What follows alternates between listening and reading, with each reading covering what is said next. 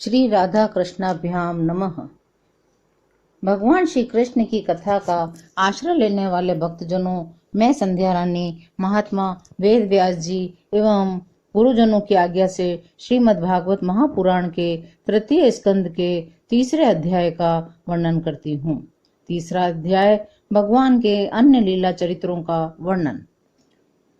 उद्धव जी कहते हैं, इसके बाद श्री कृष्ण अपने माता पिता देवकी वसुदेव को सुख पहुंचाने की इच्छा से बलदेव जी के साथ मथुरा पधारे। उन्होंने शत्रु समुदाय के स्वामी कंस को ऊंचे सिंहासन से नीचे पटककर तथा उसके प्राण लेकर उसकी लाश को बड़े जोर से पृथ्वी पर घसीटा। सांदीपुनि मुनि के द्वारा एक बार उच्चारण किए हुए सांगोपाग वेद का अध्ययन करके दक्षिणा स्वरूप उनके मरे हुए पुत्र को पंचजन नामक राक्षस के पेट से लाकर दे दिया। भीष्मक नंदिनी रुक्मणी के सौंदर्य से अथवा रुक्मी के बुलाने से जो शिशुपाल और उसके सहायक वहां आए हुए थे, उनके सिर पर पैर रखकर गांधर्व विधि के द्वारा विवाह करने के लिए अपनी नित्य संगनी रुक्मणी को वे वैसे ही हरण कर लाए जैसे गरुड़ अमृत कलश को लेकर आए थे। स्वयंवर में 7 बिना नथे हुए बैलों को नाद कर नागन जीती यानी सत्या से विवाह किया। इस प्रकार मान भंग हो जाने पर मूर्ख राजाओं ने शस्त्र उठाकर राजकुमारी को छीनना चाहा। तब भगवान श्री कृष्ण ने स्वयं बिना घायल हुए अपने शस्त्रों से उन्हें मार डाला। भगवान विषयी पुरुषों की सी लीला करते हुए अपने प्राण प्रिया सत्यभामा को प्रसन्न करने की इच्छा से उनके लिए स्वर्ग से कल्प वृक्ष उखाड़ लाए। उस समय इंद्र ने क्रोध से अंधे होकर अपने सैनिकों सहित उन पर आक्रमण कर दिया, क्योंकि वह निश्चय ही अपनी स्त्रियों का क्रीड़ा मृग बना हुआ है। अपने विशाल डीलडोल से आकाश को भी ढक देने वाले अपने पुत्र भौमासुर को भगवान के हाथ से मरा हुआ देखकर पृथ्वी ने जब उनसे प्रार्थना की, तब उन्होंने भौमासुर के पुत्र भगदत्त को उसका बचा हुआ राज्य देकर उसके अंतःपुर में प्रवेश किया। वहां भौमासुर द्वारा हर कर लाई हुई बहुत सी राजकन्याएं थी। वे दीन बंधु श्री कृष्णचंद्र को देखते ही खड़ी हो गईं और सबने महान हर्ष, लज्जा एवं प्रेम पूर्ण चितवन से तत्काल ही भगवान को पति रूप में वरण कर लिया। तब भगवान ने अपनी निशक्ति योग माया से उन लल्लाओं के अनुरूप उतने ही रूप धारण कर उन सबका अलग अलग महलों में एक ही मुहूर्त में विधिवत पाणी ग्रहण किया।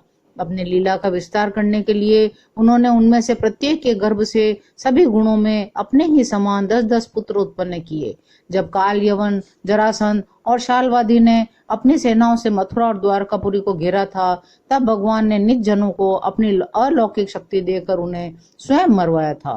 शंबर, द्विविद, बाणासुर, मुर, वल्कल, दंतवक्र आदि अन्य योद्धाओं में से भी किसी को उन्होंने स्वयं मारा था और किसी किसी को दूसरों से मरवाया था।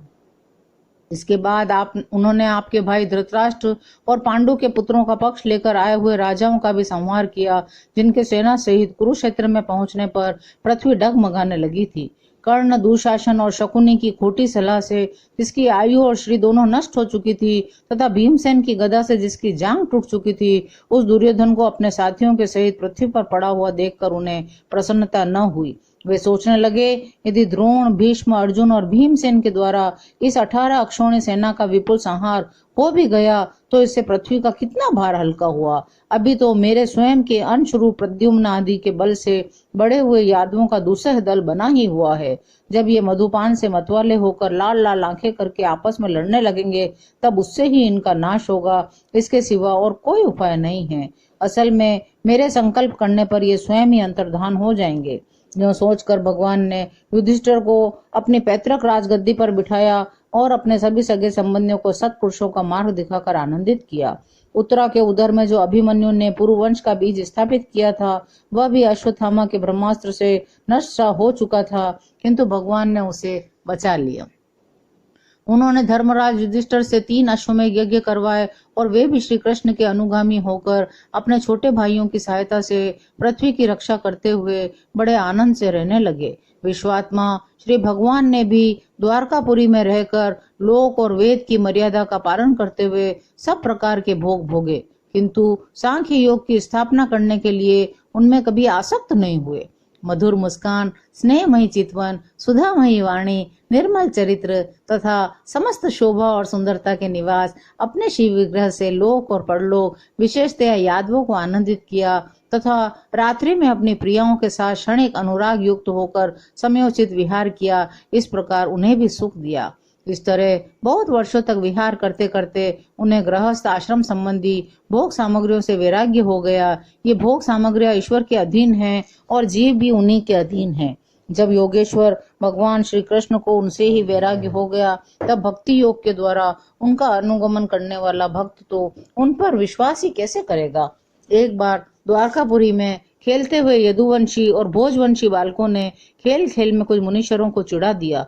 तब यादव कुल का नाश ही भगवान को अभिष्ट है, यह समझकर उन ऋषियों ने बालकों को श्राप दे दिया। इसके कुछ ही महीने बाद भावी वर्ण वश वृष्णि, भोज और अंधकवंशी यादव बड़े हर्ष से रथों पर चढ़कर प्रभास क्षेत्र को गए। वहां स्नान करके उन्होंने उस तीर्थ के जल से पितर देवता और ऋषियों का तर्पण किया तथा ब्राह्मणों को श्रेष्ठ गौएं दी। उन्होंने सोना, चांदी, शैया, वस्त्र, मृग चर्म, कंबल, पालकी, रथ, हाथी, कन्याएं और ऐसी भूमि जिससे जीविका चल सके तथा नाना प्रकार के सरस अन्न भी भगवत अर्पण करके ब्राह्मणों को दिए। इसके पश्चात गौ और ब्राह्मणों के लिए ही प्राण धारण करने वाले उन वीरों ने पृथ्वी पर सिर टेक कर उन्हें प्रणाम किया। इस प्रकार तीसरा अध्याय भगवान के अन्य लीला चरित्रों का वर्णन यहीं विराम लेता है। शेष अगले अंक में। जय श्री कृष्ण।